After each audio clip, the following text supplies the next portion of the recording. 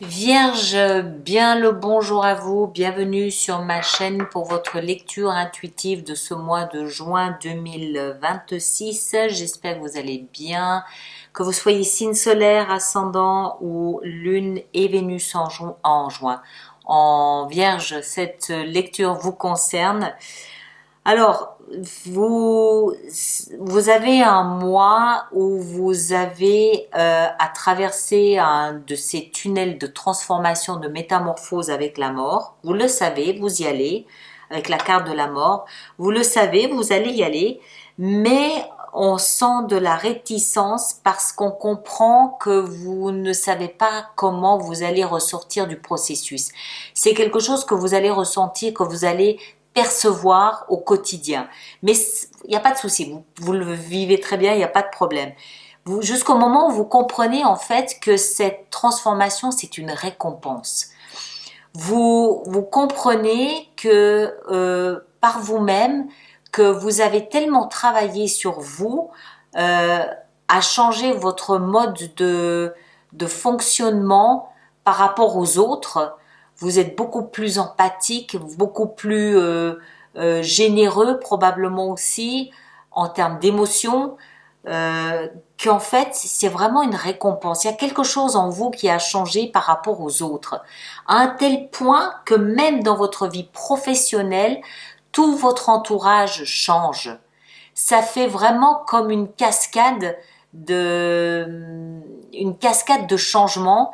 Et on a l'impression, je le dis dans la lecture de l'extension, que on pourrait s'agenouiller devant vous tellement vous dégagez une aura respectueuse. Vraiment. Mais c'est tout dans la perception, le ressenti, et ça fait partie de ce processus de métamorphose dans lequel vous entrez, mais vous regardez le tunnel là comme ça, j'y vais pas, et en même temps vous n'avez pas le choix, vous êtes obligé d'y aller. Mais c'est très intéressant, c'est tout un travail tout au long du mois, petit à petit qui se fait, et petit à petit vous le comprenez. Je vous laisse avec votre lecture, vous allez voir, vous allez percevoir tout ça. À bientôt, merci beaucoup.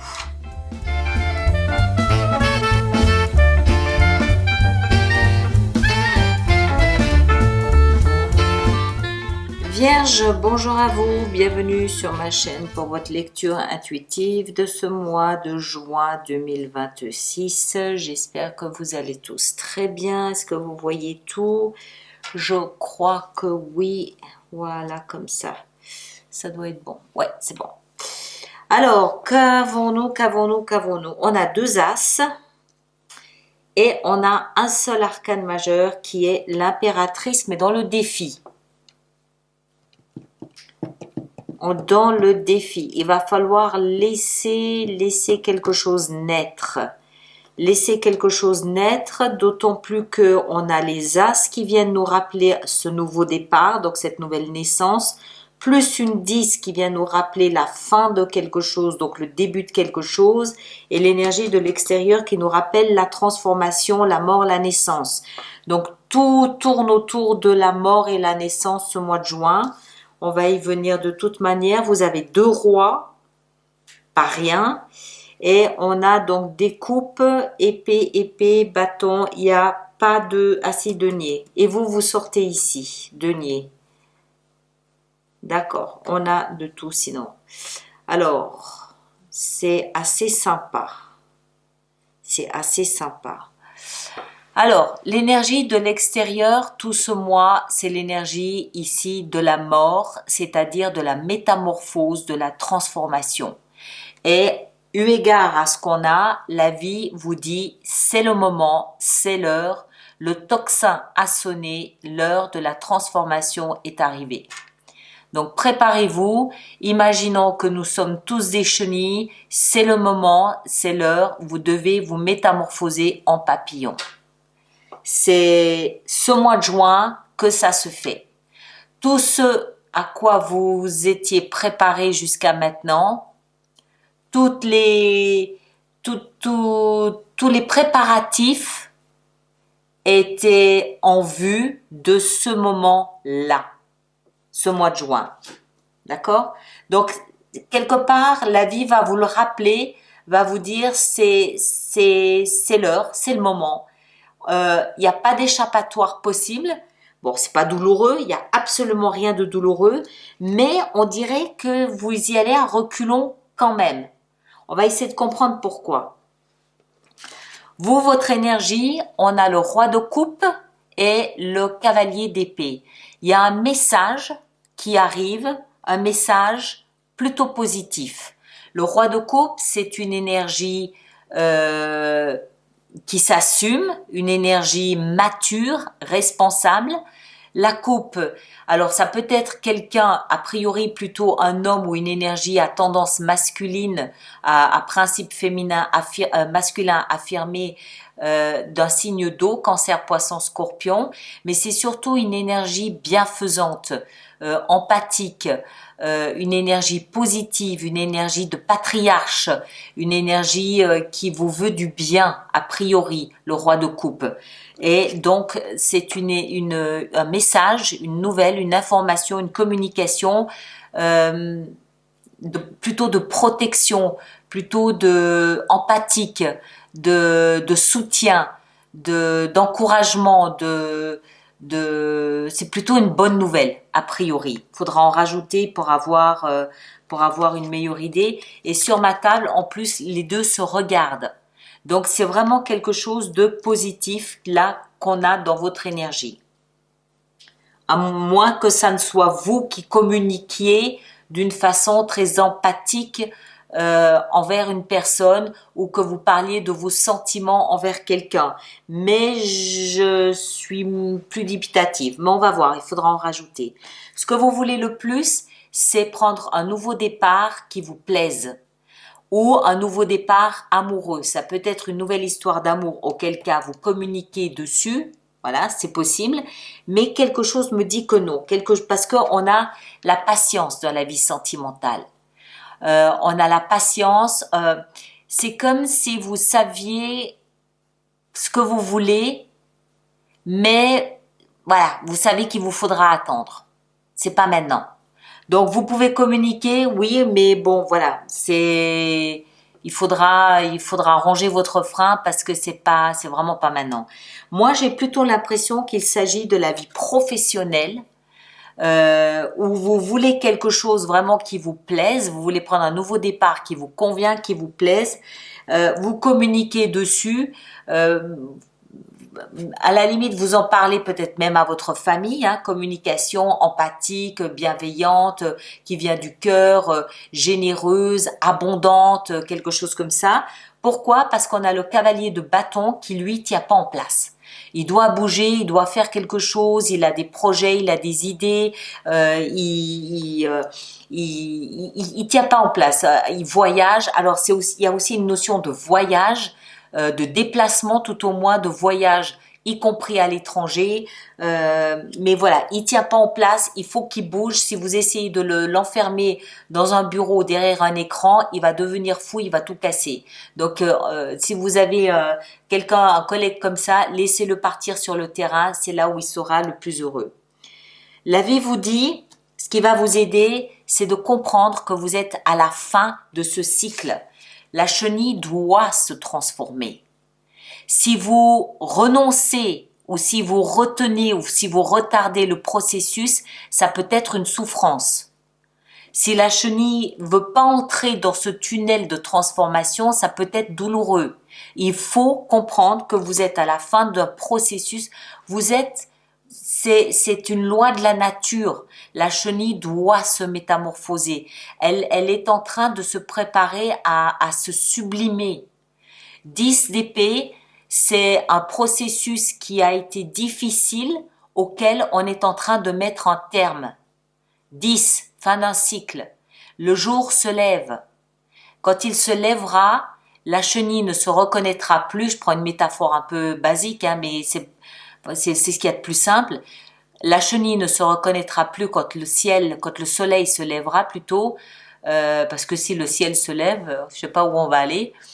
Elle ne se reconnaîtra plus, ce sera un papillon qui sera là. D'accord? Donc, laissez faire ce processus, même s'il peut être inquiétant, pas de souci. C'est pour ça que dans le défi, on a l'impératrice. L'impératrice, elle connaît ce cycle. C'est un arcane majeur et c'est en plus le seul que vous ayez. Donc, elle supervise le processus. Elle le connaît par cœur.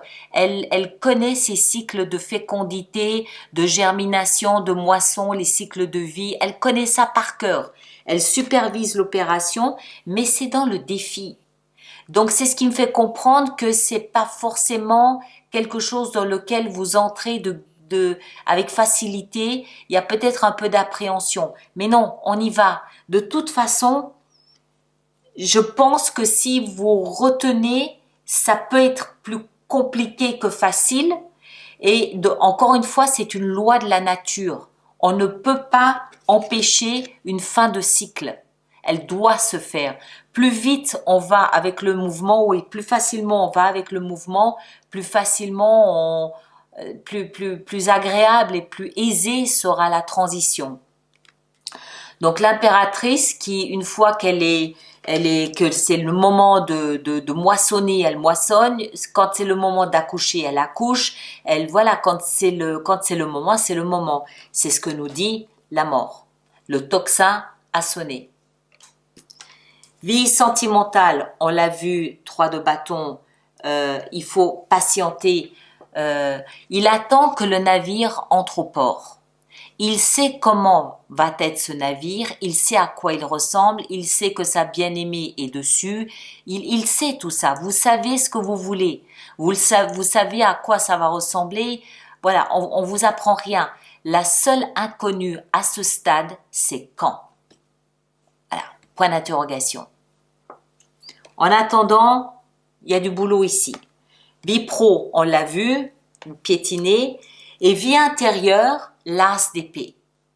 L'as d'épée, l'épée c'est de l'air, donc c'est de la pensée. Pensée extérieure, mais comme on est dans la vie intérieure, c'est une analyse intérieure. D'accord? C'est de l'analyse, c'est de l'introspection. Et l'as d'épée, c'est aussi tranchant qu'un rasoir ou qu'une lame de couteau. C'est la compréhension de tout ça. Vous ressentez ça, vous le comprenez et il faut y aller, tout simplement. Faut y aller, tout simplement. Je suis en train de me demander si ce message ici de bienveillance, d'amour, il n'est pas plutôt pour cet après, pour le papillon. Oui, je veux me métamorphoser, mais sans passer par le tunnel de métamorphose. Je veux que ma voiture soit toute belle et toute propre, mais sans passer dans le tunnel de nettoyage. Pour moi, il y a de la réticence. Et en même temps, vous voulez ce nouveau départ. Vous savez que vous ne pouvez pas y couper. Vous savez que c'est quelque chose que votre cœur désire, mais vous y allez un peu à reculons. Et en fin de mois, ça y est, vous êtes entré à nouveau en pleine possession de votre ADN, de qui vous êtes. Roi de denier, c'est le signe de la Vierge. Le roi nous montre que vous avez réinvesti votre trône, vous vous mettez à construire, à bâtir votre vie à votre rythme, en fonction de vos valeurs, en fonction de vos principes. Vous êtes à nouveau revenu à votre place, plus sûr qu'avant, plus déterminé qu'avant. Voilà, ça a été une transition qui vous permet de revenir là où vous appartenez, c'est-à-dire à votre trône, à votre souveraineté. Ça m'intrigue cette réticence. Je ne comprends pas trop pourquoi. Et donc ce nouveau départ que vous savez devoir prendre. Alors on va en rajouter, on va peut-être mieux comprendre tout ça. Donc tous ceux d'entre vous qui ont des abonnements aux extensions, je vous laisse aller retrouver votre extension de lecture dans votre espace personnel. Ceux qui sont nouveaux, je vous invite à vous rendre sur mon site internet où vous trouverez donc l'extension de cette lecture, les abonnements, les projections et d'autres choses. Et si ça ne vous intéresse pas, ben on se retrouve le mois prochain tout simplement. Alors, voyons voir ici votre énergie et ce message 8 de denier. Voilà, un message positif sur une performance, sur où investir ou ce que vous avez investi, ou le travail réalisé. Ça peut être pro, mais ça peut être d'une manière générale. L'as de coupe, 4 d'épée. Ok, bien. Ce cycle ici que vous clôturez, 10 d'épée, 3 de denier, oui, très bien. L'alignement. L'impératrice, 4 de coupe. Oui. Faudra en rajouter. Vous savez pas si vous voulez y aller. Il y a de la réticence. On en rajoutera de toute façon. Vie sentimentale, l'as de bâton. Oui, très bien. Troisième as. Hein. Vie pro, on a le roi de coupe. Voilà, donc ça peut être professionnel, cette bonne nouvelle ici. Hein. D'accord? Parce qu'on retrouve le roi de bâton. Vie intérieure, as d'épée, 10 de bâton. Voilà, la compréhension ici intérieure, ça touche ce cycle, cette métamorphose que vous vivez.